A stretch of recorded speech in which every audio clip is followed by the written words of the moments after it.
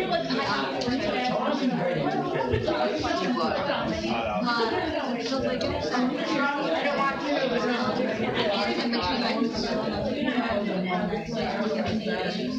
know what the bone is, but other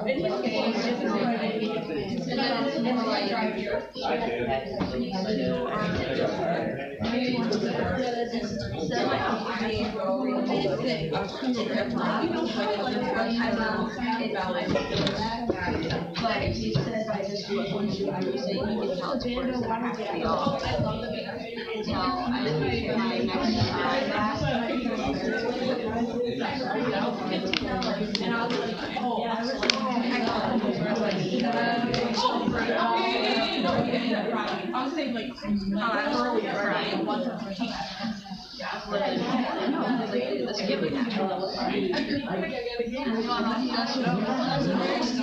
Do you know the dog man?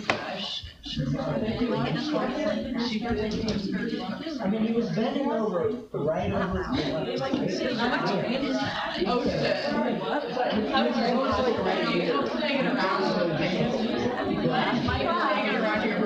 I tried.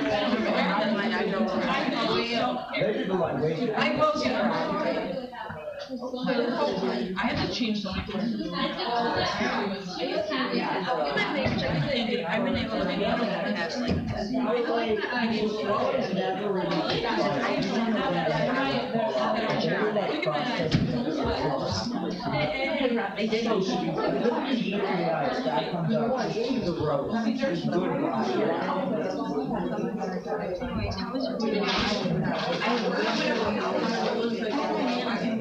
No, I'm the private story.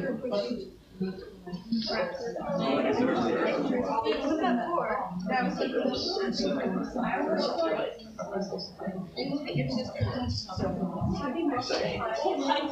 Eddie.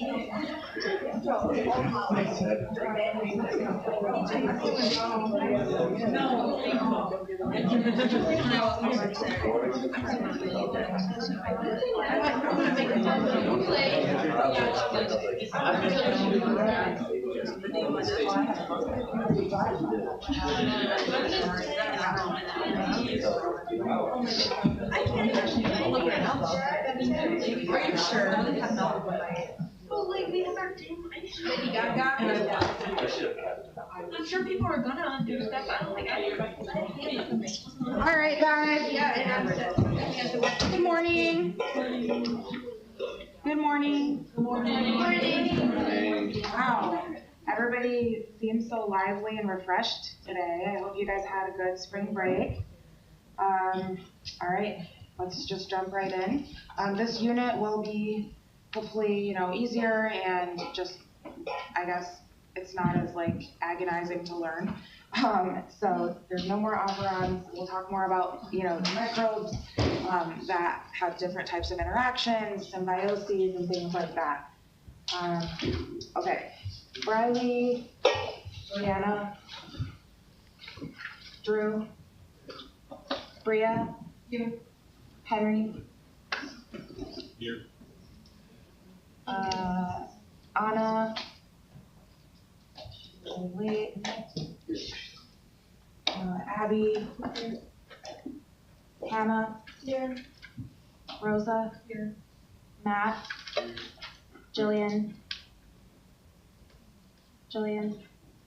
Mia, Annie, Brianna, H. Still good for 2? Yeah. Brandon, Here. Sadie, Here. Jessica, here. Jesse, William, Marissa, here. Anna, Sophia, Aubrey, here. Matthias, here. Colin, here. Olivia, here. Brayden, Here. Amber, Here. Katie, Here. Kennedy, Ben, Here. Ava, Kendall? Here. Emily? Here. Lauren? Here. Jennifer? Here. Isabel? Here. And Corwin. All right, and Bessie, I saw you. Okay.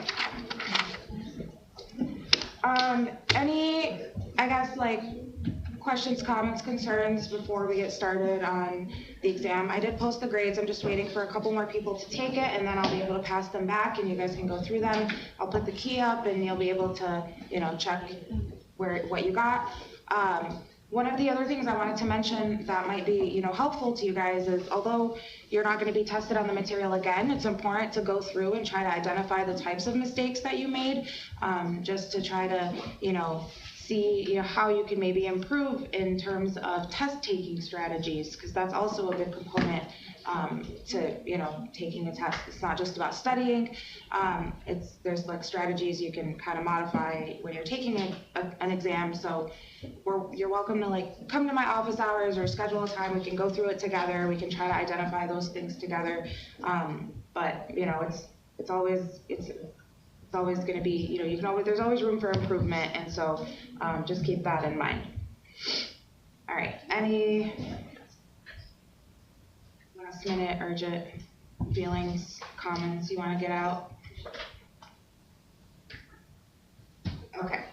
I did curve the exam, so whatever grade you did see on there, you had an additional 6% added. So I curved it 2 questions, so that was the 4%, but then the extra credit question that I had, even if you didn't answer it correctly, I still gave it to you, because there's technically no right answer, but in my opinion, it was to become a microbiologist.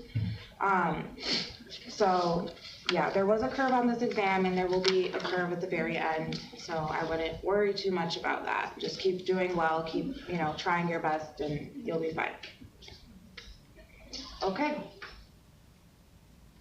So today we're going to talk about different symbioses, and basically what that means is we're going to talk about ecology or relationships in microbial communities, and how that can be in connection to humans. And so basically we humans are an ecosystem, an ecological system within ecosystems. So our body is made up of its own several compartments of very different environments for things like microbes to grow. So we have, you know, we are our own human ecosystem. We have our gut microbiome, our lower airway microbiome, upper airway, you know, the lungs, the skin. Those are all their own ecosystems all together that, you know, makes the human ecosystem. But we are also living within other ecosystems that have to do with, you know, the environment around us and things that we ingest, our diet, our behaviors.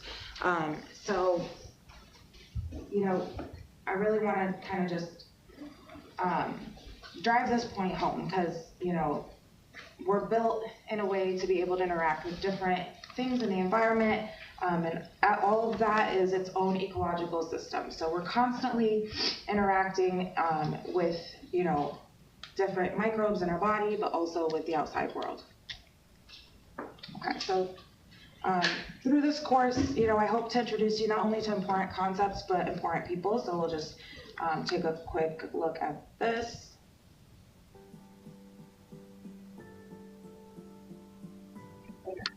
I'm Dr. Jack Gilbert, a professor of surgery at University of Chicago and group leader for microbial ecology at Argonne National Laboratory. It's an exciting time to be a microbial ecologist. As a microbial ecologist, I get to work with bacteria, fungi, viruses in every environment on Earth. I'm actually having the opportunity to explore this in oceans, soils, plants, even hospitals and patients.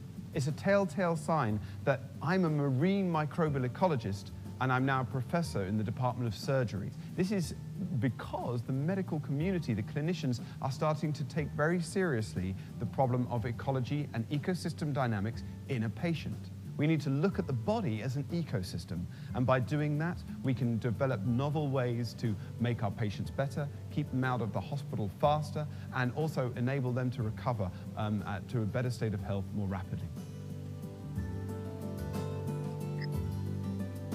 Just to kind of, give you, this idea that microorganisms are rarely just living, free-floating as single-like organisms.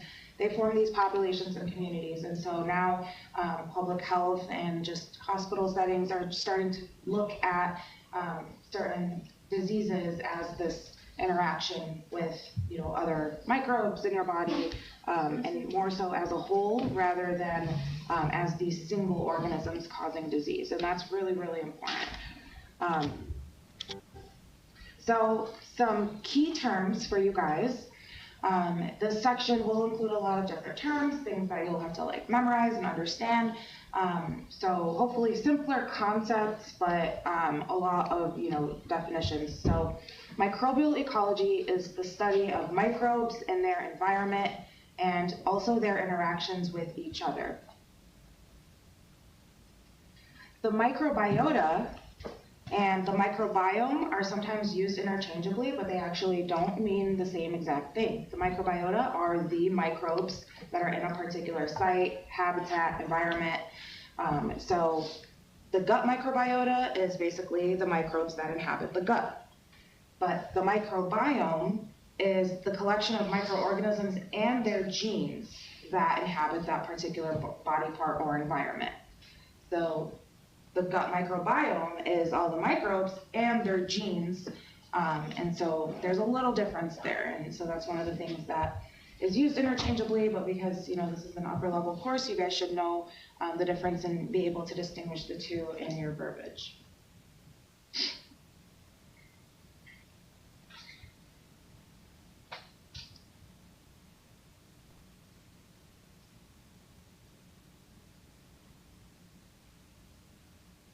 The metagenome, when you think of meta, we're talking about a whole scale.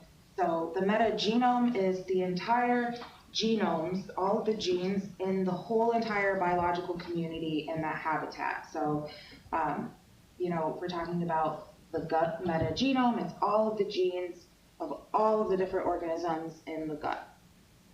And metatranscriptome, so if you remember, you're going to hear these terms a little bit more. We learned, last unit on transcription and translation. And so what results from transcription? It's mRNA, RNA, that eventually gets translated into proteins that have biological functions. So there's also studies of the metatranscriptome, which is the total content of the transcripts that have been made from the DNA, from the genes. So you can study things at the DNA level, but also at the RNA level. And so that's where metagenome versus metatranscriptome comes in. There's also metaproteomics, which are the study of the proteins. So you can study things at different levels.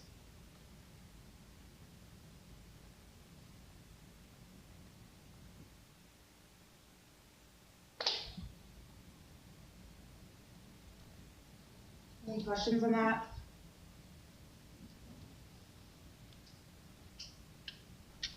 So hopefully you've seen a classification scale that's similar to this, but this is a bacterial classification scale.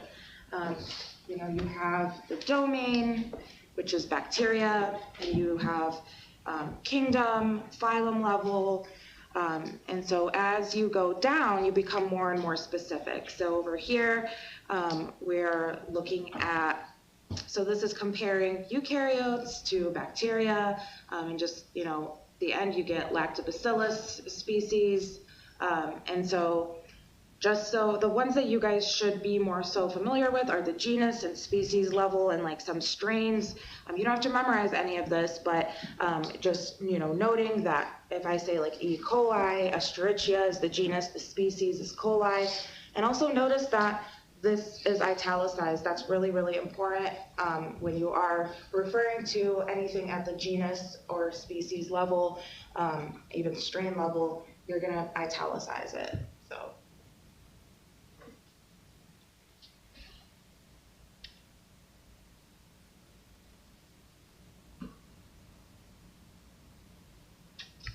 And so typically with bacteria, the strain level is the smallest, most defined level we can get down to. This is sometimes used interchangeably with the term isolate. And so I just kind of want to give you just a little bit of an understanding of, two different strains that come from the same species are two different isolates. So for instance, if we have E. coli K12 and E. coli Nissl 1917, those are two different strains, and they are two different isolates, right? But you can have two different isolates of the same species, but they're two different strains. So you can basically isolate E. coli K12, and you can have like more than one colony on a plate. And so if you pick two colonies, they can either be E. coli K12, the same exact strain, they're still two isolates because they were each their own individual colony, or they could be just different E. coli strains. Does that make sense? So if you have two different strains, but it's the same species, so if you have E. coli and it's two different strains of E. coli, they can differ just literally by one nucleotide in their genome.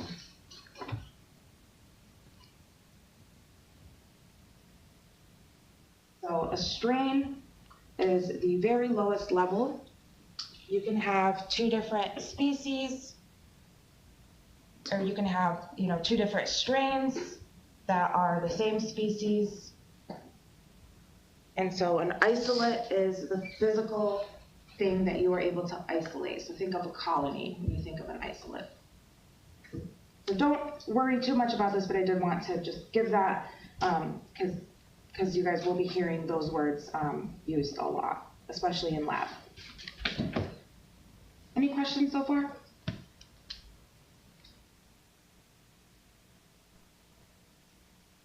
So what are ecosystems? Ecosystems comes from the term ecological system. It's a dynamic and interconnected community of living organisms and their non-living surroundings. So ecosystems occur through all different facets of this planet. You have aquatic ecosystems, the air is its own ecosystem, you have soil ecosystem or terrestrial, you have the rhizosphere, you have ecosystems on plants, on animals, in humans. But the key part of this is that it includes the non-living surroundings. So those are things like temperature, pressure, humidity, pH. This classifies an ecosystem.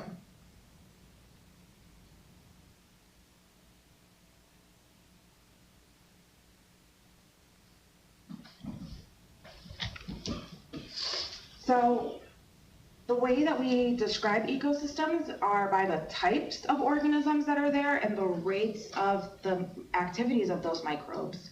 And so the types of ecosystems basically is what organisms are actually there in the population. Is there an environmental stressor present? Are they under attack? So it's the species that are present, their population sizes, and their physiological state. So, this is where if there is an environmental stressor, are they being affected? Are they under attack? So the types of, microbes that are possible in an ecosystem are a function of these features. So it's not just who's there and how much is there, but it's also what's their state, what kind of state are they in physiologically in terms of the health and their growth. And as you know, they're living in, coordination with their environment. So based on who's there, who is doing what, and for how long, and when. So all of that's controlled by the surroundings and what nutrients are available.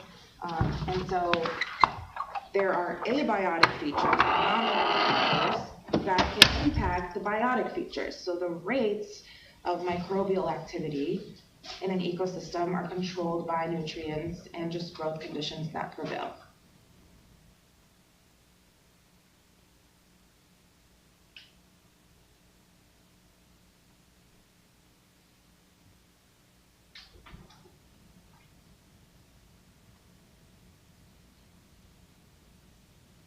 Okay.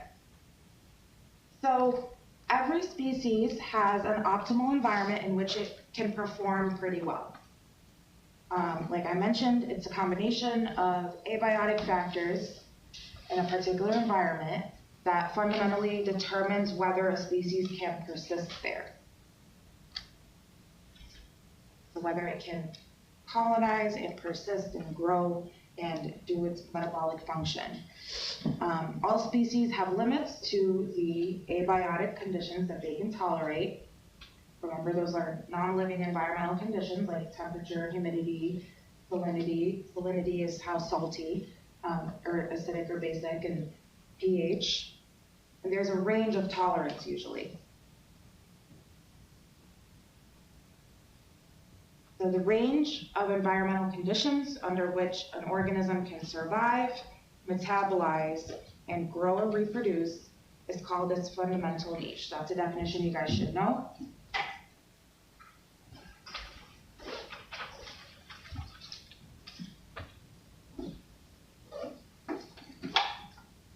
So the fundamental niche is a range, and that's because there are these different, interrelationships between microbes and their abiotic environment. So these interactions are dynamic. What dynamic means is that they can change based on stimuli. We're able to change. So this range of tolerance and this concept of fundamental niche is kind of shown here, where basically an organism has to be able to survive, and then in order to get to this fundamental niche, it's supposed to be able to survive and grow and reproduce. And so there's usually an optimal temperature or some sort of abiotic status that it needs to be in order to physiologically function at its best, in its fundamental niche. So it's this perfect range of any particular feature, not just temperature, that an organism can thrive in. This principle can be applied to any factor or critical nutrient. So just because an organism isn't necessarily in its fundamental niche doesn't mean it's not able to survive, doesn't mean it's not able to survive and grow, but being able to survive, grow, and reproduce is the optimal idea for microbes.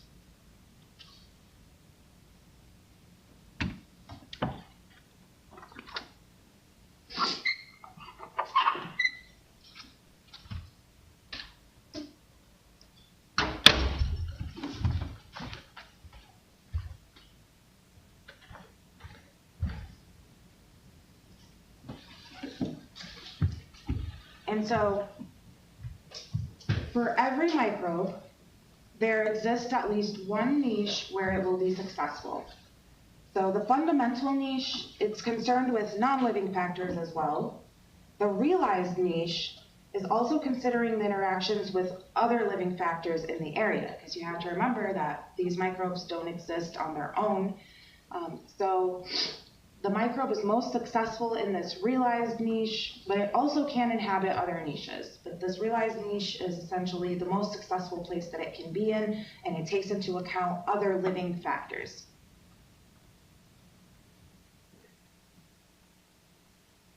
So it's not just the metabolism, nutrients, and environment, but it's also the ecologic or symbiotic factors combined that determine this realized niche for a microbe, where it can be most successful.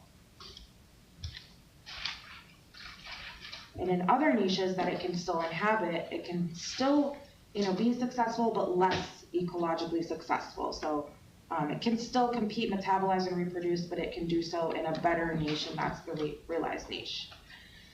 My realized niche looks like this.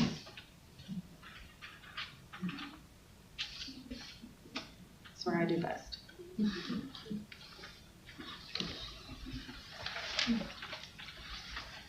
So the fundamental niche is the range of these environmental conditions in which an organism can survive, metabolize, and reproduce. Then the realized niche is kind of a subset of that.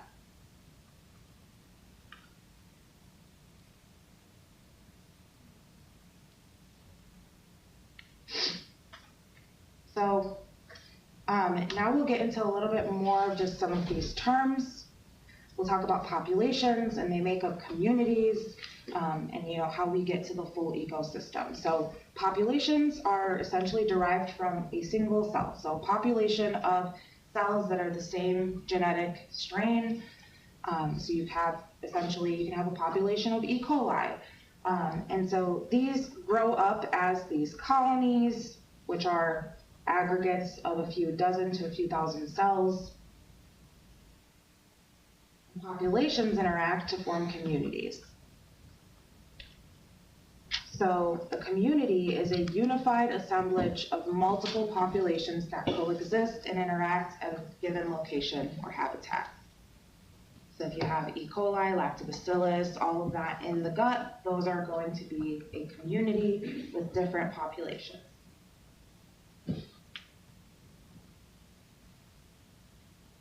And then when you add in a habitat on top of that, the combination of the community and a habitat then form this functional self-supporting system called an ecosystem.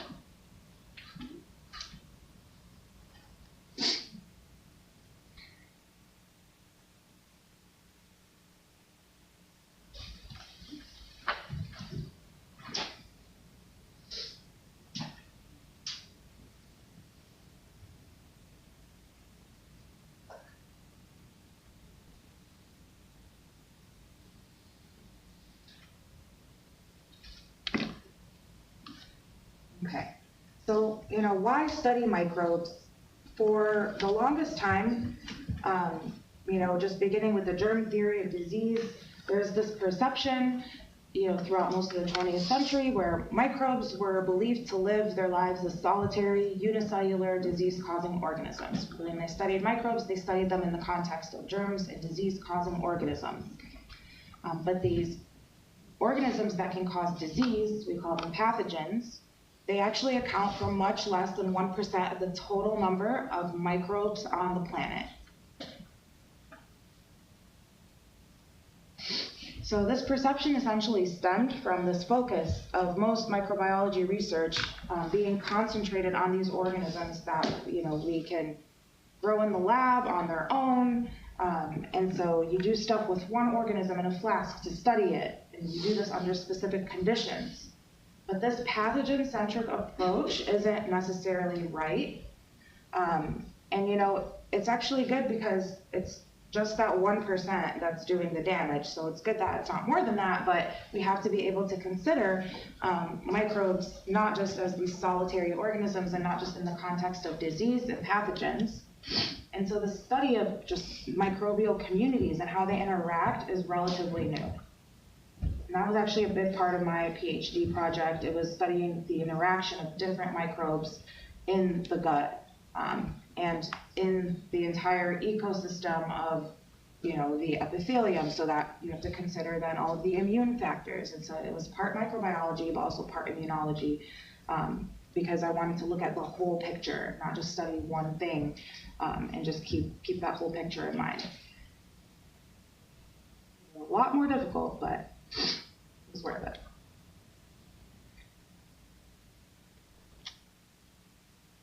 So the vast majority of microbes, including the human ones, exist in these interactive, dynamic communities. So that's like basically an intro on microbial communities, some definitions you guys will need. And now we'll actually start talking about symbioses. And so these physical interactions between two or more populations in a community. Any questions here so far?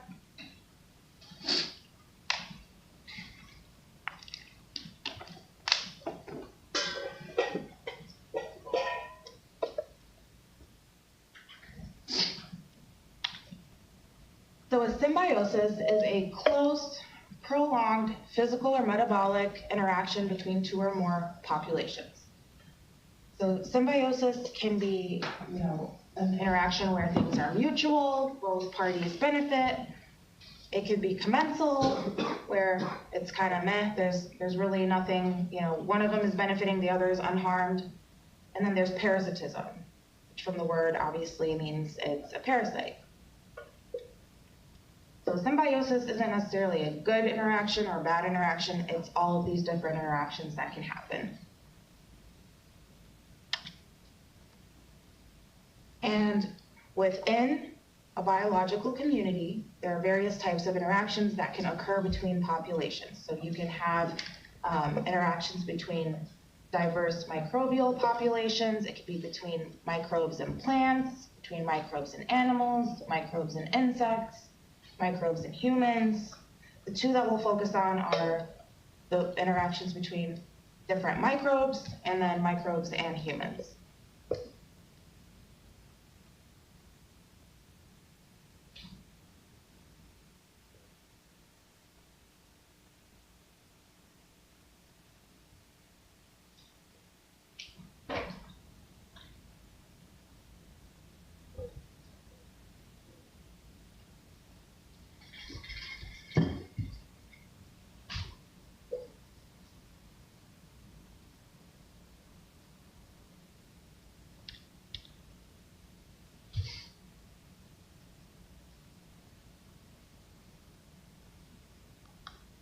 And so these different types of symbioses or symbiotic associations, so here's some of the ones, or basically all of the ones you guys should know, and we'll go through examples of these. But we can characterize the type of relationships that populations have with each other in different ways. So mutualism, you have two organisms that can grow in an intimate species-specific relationship in which both parties benefit. They might fail to grow independently because they really both need each other to be able to grow. So the typical example of a mutualistic relationship is one that we've talked about before. We talked about a lichen. A lichen is a composite organism of a fungi and an algae, or a fungi and a cyanobacteria. You guys were tested on this. And a lichen cannot be a lichen until these two organisms are, together. They have to grow together in this complex layered structure, so each species requires the presence of the other.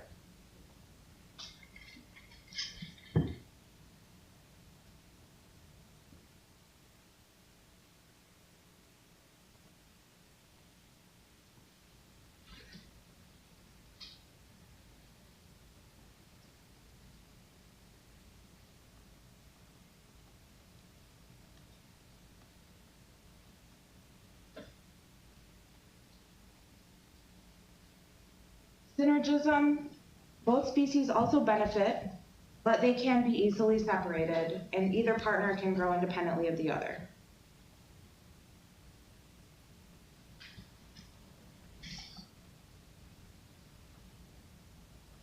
So a good example of this are microbes in our gut that have different functions independently, but together they can do a lot, they can have a lot more benefits.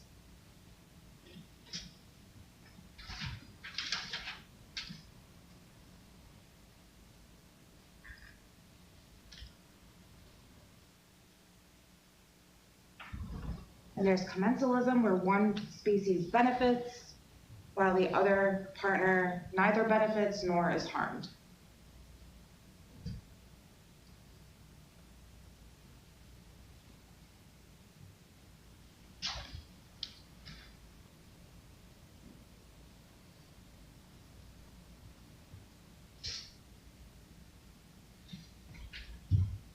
In amensalism, one species will benefit by harming the other, but this relationship is not necessarily specific.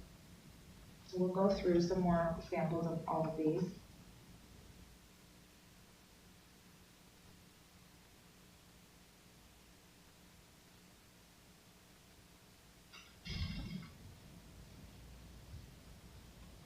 And then in parasitism, you have a parasite that will benefit at the expense of the other, which is usually a specific host. So this is the difference between amensalism and parasitism, where here the relationship is non-specific, but in parasitism, the parasite needs a specific host. And so this relationship is usually obligatory for the parasite. The parasite needs that host to be able to do its thing and cause harm. Whereas in amensalism, there are certain bacteria in the soil that can, for instance, secrete antibiotics that will eventually lyse other species or kill other species, and then that gives the Streptomyces food to eat. But it's not necessarily specific, it's just kind of harming whatever's in its way so it can benefit and get some food. Whereas in parasitism, you have a parasite that needs a certain place to colonize. Does that make sense?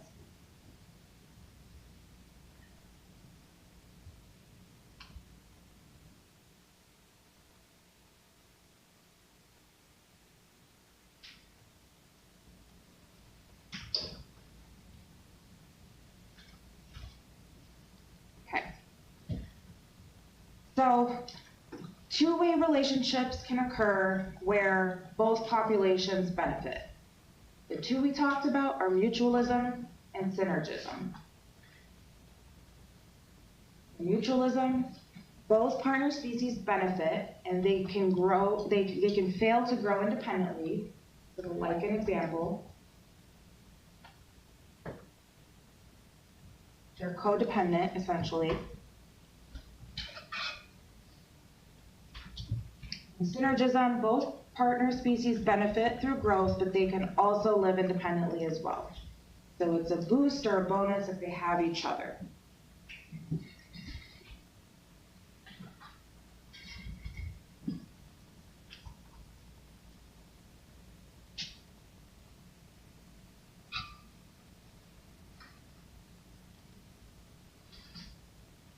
And the very typical example that we've talked about before is the mycorrhizal plant relationship.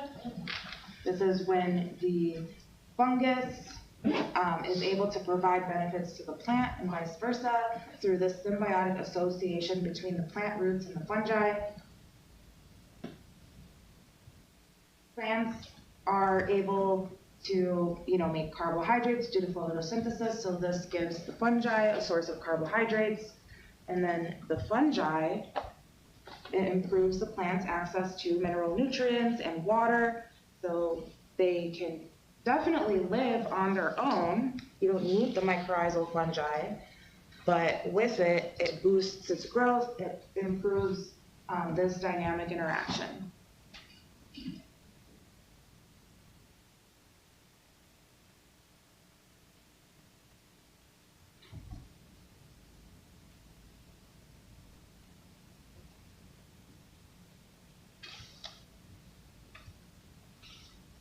So these positive interactions have, really important impacts because, especially in microbes, this helps enhance their survival capacity, and this helps permit more efficient use of the available resources, rather than just having one individual population growing alone and accomplishing this. It's sometimes better, when they work together and they can enhance those benefits. Sometimes populations coexist in habitats where neither could exist alone, or they could, coexist where they could exist alone, but they just provide some enhanced survival capacity. The benefits and costs may not be equal across the relationship as well.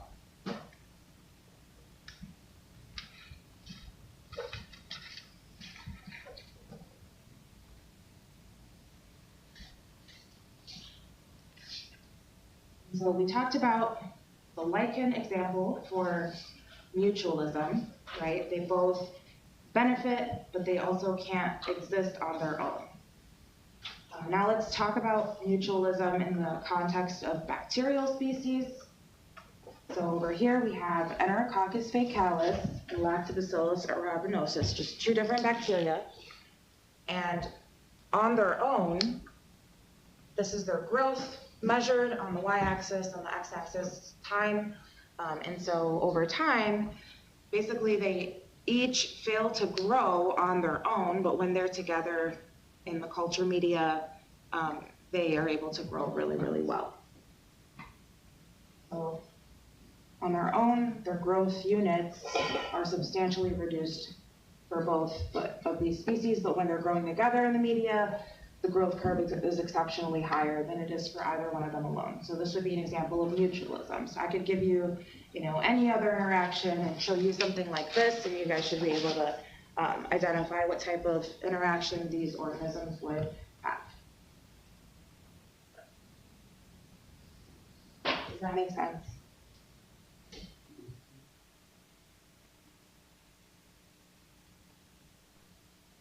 So why do you guys think that this would be the case? Why would, so this is a very minimal media, so it's not very sufficient. Why do you guys think that they would grow better together rather than alone? What do you guys think is happening there?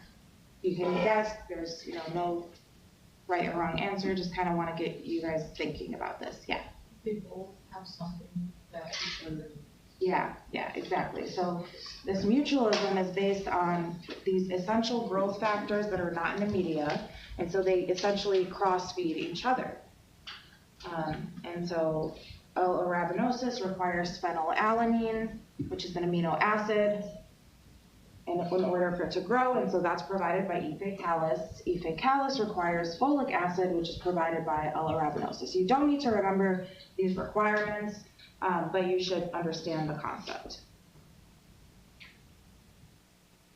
So when you have minimal or insufficient culture media, they both can grow together well because they're providing these factors for each other, but they can't really grow alone unless you're supplementing those factors into the media yourself.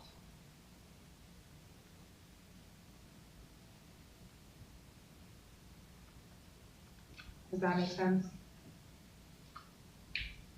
Any questions here? Okay, so this is the two-way relationships in which both partners benefit. There's mutualism and synergism. You guys should understand the differences and know the examples. And then we'll continue with commensalism and the others next time on Wednesday, so I'll leave you guys with that. Any questions?